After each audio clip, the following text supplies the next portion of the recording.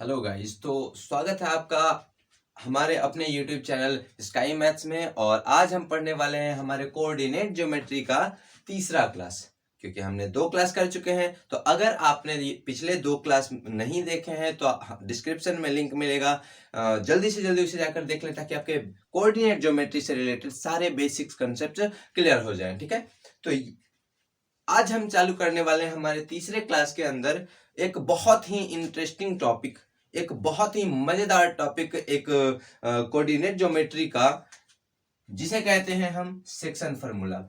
ये है, आज हम पढ़ने वाले हैं सेक्शन फार्मूला, जिसे हिंदी में विभाजन सूत्र कहा जाता है। विभाजन सूत्र, ठीक है।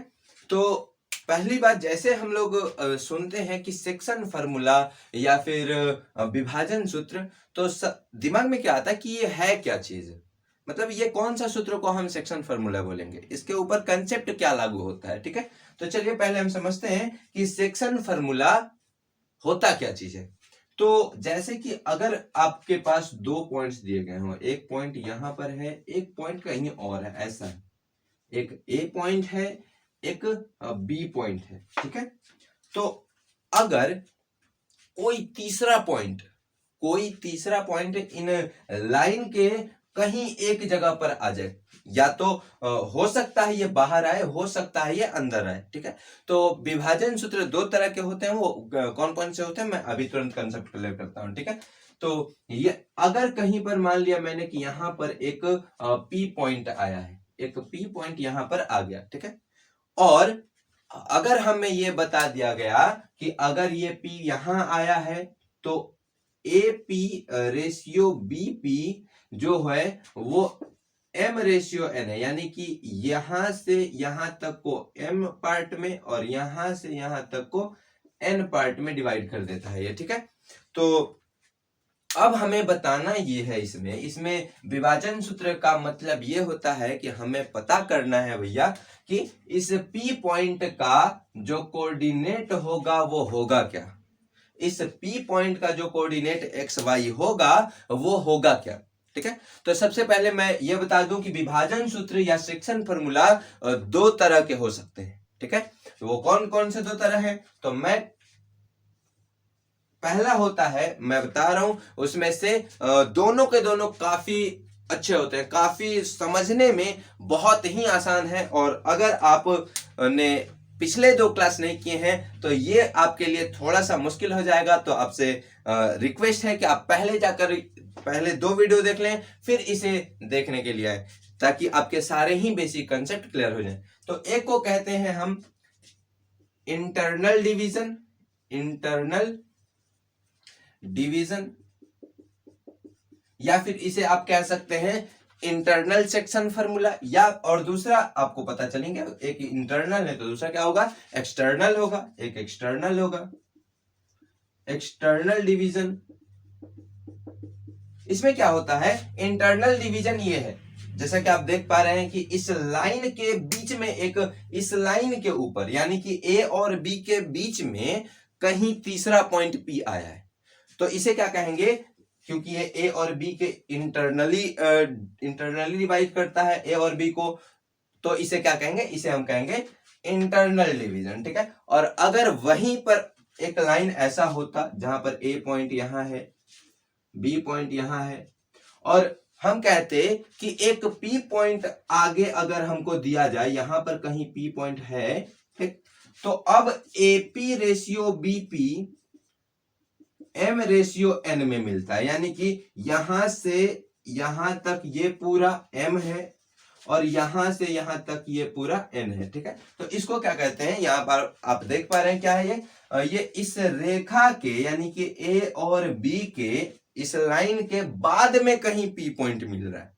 तो अगर हमको कहीं पर किसी लाइन के बाद में हमें कोई पॉइंट पी मिले तो उसे हम क्या कहेंगे, उसे एक्सटर्नल डिवीजन कहेंगे, क्योंकि उस लाइन को वो एक्सटर्नली काट रहा है, यानी कि दिए गए लाइन के बाहर किसी बिंदु से उस लाइन को काटेगा। ठीक है, तो उसे कहेंगे एक्सटर्नल डिवीजन, या हिंदी में उसे कहते हैं बाह्य विभाजन। ठीक है, अब ये है इंटरनल डिवीजन। इंटरनल डिवीजन में क्या होता है, इंटरनल डिवीजन में ये जो पॉइंट होता है वो लाइन के कहीं पर अंदर ही आता है, जो कि आपको क्लियर दिखता है लाइन के ऊपर, ठीक है।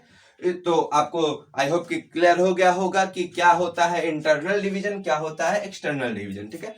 तो 10th क्लास में मेनली हमें इंटरनल डिवीजन के बारे में पढ़ना है। तो चलिए हम शुरू करते हैं internal division, internal section formula के बारे में। वो क्या होता है, वो ऐसा कुछ होता है, अगर ये रेशियो दिया है तो हमें पता ये करना है कि पी पॉइंट क्या होगा, ठीक। ऐसे अगर समझ में नहीं आता तो चलिए हम इसे एक प्लेन पर बना लेते हैं। प्लेन मतलब वो क्या, उड़ने वाला प्लेन तो मैं नहीं बात कर रहा, मैं बात कर रहा हूं एक प्लेन की जिसमें एक एक्स एक्सिस होता है और एक वाई एक्सिस होता है। जो कि हॉरिजॉन्टली होता है उसे एक्स एक्सिस कहते हैं, और जो वर्टिकली होता है उसे वाई एक्सिस कहते हैं। जो लंबवत होगा उसे वाई एक्सिस, जो क्षैतिज पर होगा उसे एक्स एक्सिस। तो ये एक्स एक्सिस है, इधर साइड एक्स डैश, ये वाई और ये वाई डैश, ठीक। तो अब अगर मैंने कह दिया कि एक पॉइंट ए यहां है भैया, और यहां से कहीं दूर एक यहां हमें पॉइंट मिलता है पॉइंट बी, मैं इसे इरेज कर देता हूं ताकि क्लियर दिखे, ठीक। तो अब ये दोनों पॉइंट दिए गए हैं और मैं कहता हूं कि इनके बीच की दूरी ये है भैया, और एक पॉइंट P आया है, एक पॉइंट P आया है यहां पर, ये है P पॉइंट, ठीक। तो अब हमें ये भी दिया जाए कि ये M रेशियो है, ये n है, यानी कि AP रेशियो BP जो होगा वो क्या होगा, M रेशियो n होगा। M अनुपात n में वो विभाजित कर देता है। तो अगर हम मान लें कि ये A जो है वो x1, y1 है, और ये B जो है ये x2, y2 है, तो आप हमें बताइए कि ये XY क्या होगा। यही क्वेश्चन है हमसे, ठीक है, यही होता है विभाजन सूत्र। चलिए हम निकालते हैं। तो जैसा कि हमने पिछले वीडियो में कोऑर्डिनेट ज्योमेट्री के फर्स्ट वीडियो में हमने पढ़ा था, क्या पढ़ा था, डिस्टेंस फार्मूला, तो उसी कंसेप्ट का यूज करके हम इस सेक्शन फार्मूला को डिराइव करने वाले हैं, ठीक है। तो कहीं नहीं जाइएगा, बने रहिए हमारे साथ। और ये देखिए, आपको पता होगा कि ये क्या हुआ, ये वाला, ये x1 है, ये वाला पॉइंट x1 कहेंगे हम, क्योंकि ये x1 पर मिल रहा है। और इस वाले पॉइंट को क्या कहेंगे, ये y1 है, ये वाला पॉइंट y1 है, ठीक। और उसी तरीके से इस वाले पॉइंट को आप क्या कहेंगे, इस वाले पॉइंट को, यहां पर ये वाला x2 पॉइंट है।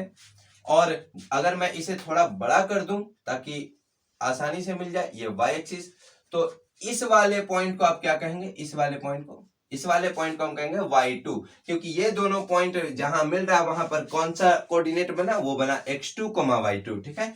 तो उसी तरीके से यहां पर क्या होगा, ये वाला x होगा, और ये वाला यहां पर ये वाला क्या होगा, ये वाला y होगा, ठीक। तो अब हमें क्या आपको डिस्टेंस फार्मूला में जो हमने कंसेप्ट यूज किया था वो यहां पर भी दिख रहा है। यहां पर अगर इसे हम मिला दें, इस वाले लाइन को हम ऐसे मिला दें और इस वाले लाइन को हमने ऐसे मिला दिया, यहां पर भी सेम प्रोसेस किया, तो आप देख रहे होंगे कि हमें दो राइट एंगल ट्रायंगल मिले हुए हैं, ठीक है, हमें दो समकोण त्रिभुज मिले हुए हैं, ठीक। तो अगर हम मान लेते हैं कि ये पॉइंट मेरा एक पॉइंट C है और एक पॉइंट कोई सा भी मान लेते, हमने मान लिया Q है, ठीक, एक Q मान लिया, एक C मान लिया। तो अब आपको, अब जरा दोनों ही ट्रायंगल को देखिए ध्यान से, तो वहां पर क्या है, दोनों ही राइट एंगल ट्रायंगल है। तो क्या हम ऐसा देख नहीं सकते हैं कि, चेक नहीं कर सकते हैं कि क्या ये दोनों ट्रायंगल, क्या ये दोनों ट्रायंगल APC और PQB, ये जो ट्रायंगल है, ये दोनों क्या सिमिलर तो नहीं है, ठीक। तो चेक करते हैं, let's check out triangle APC and triangle PQB। हम देख रहे हैं इन ट्रायंगल APC, त्रिभुज APC, और इन ट्रायंगल PQB, त्रिभुज PQB में, तो हमें पता है कि ये जो यहां पर C है और यहां पर ये Q है, तो हमें एंगल C और एंगल Q, ये वाला Q, ये दोनों क्या मिला है, ये 90 डिग्री का मिला है, ठीक है। ये दोनों क्या मिला है, हमें 90 डिग्री का मिला है, ठीक। अब हमें क्योंकि ये 90 डिग्री का मिला है तो दोनों ही बराबर होगा, ठीक। और आपको पता है ये तीनों एक्चुअल में पैरेलल लाइंस हैं, ठीक। और पैरेलल लाइंस को जब कोई लाइन काटता है तो ये वाला दोनों एंगल इक्वल होता है, ठीक। तो यानी कि ये दोनों एंगल भी इक्वल होगा। हमने अगर कह दिया कि ये एंगल जो पी ए है ट्रायंगल ए बी एपीसी का, और एंगल पी है क्यू पी बी, इसे कह लें एंगल क्यू पी बी, ये वाला एंगल क्या है, दोनों इक्वल होंगे। किस वजह से, क्योंकि ये पैरेलल लाइंस को एक लाइन के काटने के वजह से बन रहा है, जिसे हिंदी में एकांतर कोण भी कहते हैं, ठीक। और चूंकि दो एंगल बराबर हो गया तो तीसरा एंगल ऑटोमेटिक बराबर हो जाएगा। तो तीसरा एंगल पी ट्रायंगल एपीसी का और एंगल बी ट्रायंगल पीक्यूबी का, ठीक है। तो ये जब तीनों ही एंगल बराबर हो गए तो हमें एक महान मैथमेटिशियन यूक्लिड ने एक नियम दिया था। यूक्लिड ने नियम दिया था कि अगर तीनों ही एंगल बराबर हो तो ट्रिपल ए कंडीशन लगाइए और कह दीजिए ट्रिपल ए से आपका क्या हो जाएगा, ट्रिपल ए से ट्रायंगल एपीसी वो सिमिलर होगा, समरूप होगा ट्रायंगल पीक्यूबी के, ठीक है। ये दोनों ही ट्रायंगल जो होंगे वो एक दूसरे के सिमिलर होगा, समरूप होगा, ठीक है। अब इसे हमने क्या करना है, तो क्या होता है अगर दो ट्रायंगल बिल्कुल एक जैसे होते हैं यानी कि समरूप या सिमिलर होते हैं, तो सिमिलर होते हैं तो उनके करस्पॉन्डिंग साइड्स के जो रेशियो होते हैं वो इक्वल होते हैं। ये तो आपको पता होगा, 9th क्लास के ये 9th क्लास में ही पढ़ना है, ठीक है। तो हमें इसे क्या करना है, इसके करस्पॉन्डिंग साइड का हमें क्या बताना है, हमें रेशियो बताना है। करस्पॉन्डिंग साइड्स के इसके रेशियो बताना है भैया। चलिए, तो अगर हमने कह दिया AC तो इसके करस्पॉन्डिंग कौन सा साइड है, PQ है, तो इसका रेशियो वो इक्वल होगा। अगर हमने PC लिया है, पर्सनल कंप्यूटर लिया है ना जी, यहाँ पे PC का मतलब ये दोनों पॉइंट्स के बीच की दूरी है, ठीक है। तो देखिए उसके बाद ये BQ हो जाएगा, इसके करस्पॉन्डिंग BQ हो गया। और अगर हमने इस ट्रायंगल का ये वाला हिस्सा लिया, हाइपोटेनियस लिया, कर्ण लिया AP से तो हमारा पुराना रिश्ता है, AP हमने पढ़ा भी हुआ। तो मैं बता दूं कि अगर आपने AP भी नहीं पढ़ा है तो हमारे डिस्क्रिप्शन में आपको लिंक मिल जाएगा 1 शॉर्ट वीडियो का, ठीक है। 1 शॉर्ट वीडियो मिलेगा आपको AP का, यानी कि एक वीडियो पूरा AP खत्म, तो उसे जरूर विजिट कर लें। AP ओवर क्या हो जाएगा, AP के करस्पॉन्डिंग BP है, AP के करस्पॉन्डिंग ब्लड प्रेशर है भैया, बच के रहना। अब देखिए AC क्या है, अब AC हमें पता करना है, कैसे होगा जरा ध्यान से देखिए। यहाँ AC जो है यही है ना भैया, ये वाला, तो हम इसे नहीं लिख सकते हैं, ये पूरा x है और ये x1 है, तो इस पूरे x से x1 को अगर कम कर लें तो यही बचेगा हमारा, ठीक है। तो हम कह सकते हैं इसे x माइनस x1, ठीक है। और उसी तरीके से ये वाला क्या है, PC क्या है, PC मेरा ये वाला है, यानी कि यहाँ ये वाला चाहिए हमको, ये वाला चाहिए, ठीक।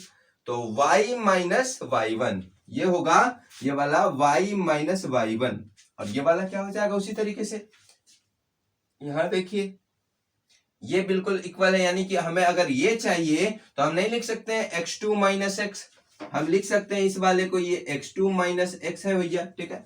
ये ऐसा हो गया। अब हमें सारे ही लाइंस के, सारे ही पॉइंट्स के बीच के डिस्टेंस के बारे में पता है, तो हमें क्या AC ओवर PQ लेना है। AC क्या है भैया, x माइनस x1 है, ओवर क्या है, PQ है, तो PQ क्या है, x2 माइनस x है भैया, ठीक, बराबर। PC क्या है, PC ये देखिए जरा यहाँ पे, ये क्या है, y माइनस y1 ओवर, मैं ओवर तो ऐसे बोल रहा हूं जैसे आर्मी का कोई बड़ा कमांडेंट हूं, ठीक है। यहाँ देखिए BQ क्या है, BQ किधर है भैया, ये यहाँ वाला है, क्या होगा BQ, जरा यहाँ ध्यान से देखिए, ये वाला y2 माइनस y होगा, y2 माइनस y होगा, ठीक। तो ये क्या होने वाला, ये है y2 माइनस y, ठीक। अब AP ओवर हमें चाहिए, AP ओवर BP, तो AP ये AP है और ये BP है, तो M ओवर N हो जाएगा, ठीक है। और अब हमें क्या करना होता है, तो आपने पता होगा अगर ये तीनों ही इक्वल है तो हम लिख सकते हैं कि ये वाला इसके इक्वल होगा, ये वाला इसके इक्वल होगा। तो अलग अलग कर लेते हैं, इसे अलग अलग कर लेते हैं। तो हम लिख सकते हैं और x minus x1 over x2 minus x equals m over n। एक ये हो गया, और ये भी तो इसके बराबर है भैया, तो हम इसे भी तो बराबर करेंगे ना। ये वाला y minus y1 over y2 minus y sorry, चलिए तो ये किसके बराबर है, m ओवर n के।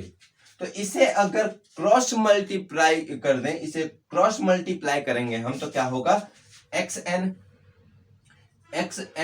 माइनस x1n, और ये इसके इक्वल क्या आ जाएगा, ये हो जाएगा mx2 माइनस mx। ठीक है, तो x वाले को एक साइड ला लें और x1 x2 वाले को एक दूसरी साइड लेकर चले जाएं, तो क्या होगा, ये वाला हो जाएगा, इसे इधर लाया, इसे उधर भेज दिया, तो क्या होगा, ये होगा xn माइनस में इधर था, इधर आया तो प्लस आया mx इक्वल्स, इधर क्या है mx2 है, और इसको कंपनी देने के लिए ये आया है, माइनस से हो गया प्लस x1n। ठीक है, तो अब यहां से आपको कुछ कॉमन भी दिख रहा होगा, क्या है कॉमन, x कॉमन है, सॉरी x कॉमन है, तो ये होगा m प्लस n इक्वल्स, इधर क्या बचा, mx2 प्लस nx1। तो अगर यहां से हमें x की वैल्यू चाहिए तो वो क्या होगी, mx2 plus nx1 over m plus n। ठीक है, ये वाला हमारी फाइनल x की वैल्यू होगी। ठीक है, अब यहां जरा देखिए एक बार, यहां से हमें y की वैल्यू कैसे निकालेंगे, सेम प्रोसेस अगर करेंगे तो यहां से y की वैल्यू क्या आएगी, y की वैल्यू आएगी my2 plus ny1 over m plus n। ठीक है, ये वाली हमें इक्वेशन मिल गई, यानी कि हमने यहां पर p का क्या वैल्यू माना था, हमने कहा था कि हमारा p भैया क्या है, p हमारा xy है। तो xy की जो फाइनल मेरे पास कोऑर्डिनेट्स आएंगी वो क्या आएंगी, xy की जो फाइनल कोऑर्डिनेट्स आएंगी उसे हम कुछ यूं लिखते हैं, p के लिए कुछ यूं लिखेंगे, mx2 plus nx1 over m plus n, and इसे हटा दूं मैं, इसे, ये अलग है, ये वाला इधर है, और इसके लिए my2 plus ny1 over m plus n, ये होता है भैया हमारा p का कोऑर्डिनेट। ठीक है, p का कोऑर्डिनेट होता है ये। ठीक, तो इस पर एक प्रैक्टिस क्वेश्चन कर लिया जाए, आई होप कि आपको ये समझने में कोई परेशानी नहीं हुई होगी। ठीक है, तो हम चलिए हम एक प्रैक्टिस क्वेश्चन करते हैं इसके ऊपर। मान लीजिए कि अगर आपको क्वेश्चन दिया गया है, क्वेश्चन कुछ ऐसा दिया गया है, एक लाइन ए बी है, एक ए है एक बी है। ठीक है, एक ए है एक बी है, ए का कोऑर्डिनेट है -1 और बी का कोऑर्डिनेट है 3 4, और एक पॉइंट P ऐसे जगह पर आता है, यहां पर P आता है और कहता है भैया हमने इसे 3:1 रेशियो में क्या किया है, इसे डिवाइड कर दिया है। ठीक है, इसे AP रेशियो PB को क्या कर दिया है, 3:1 कर दिया है भैया। ठीक है, तो अब हमें बता दीजिए कि मैं कौन सा पॉइंट हूं, मैं कौन सा पॉइंट हूं कि इसे एक तरफ 3 कर दिया, एक तरफ 1 कर दिया, एक साइड को 3 कर दिया, एक तरफ को 1 कर दिया। ये तो नाइंसाफी है भैया। चलिए, तो इसे हमने क्या करना है, हमें तो पता है x, y की वैल्यू क्या होती है, वो होती है mx2 plus nx1 over m plus n, my2 plus ny1 over m plus n।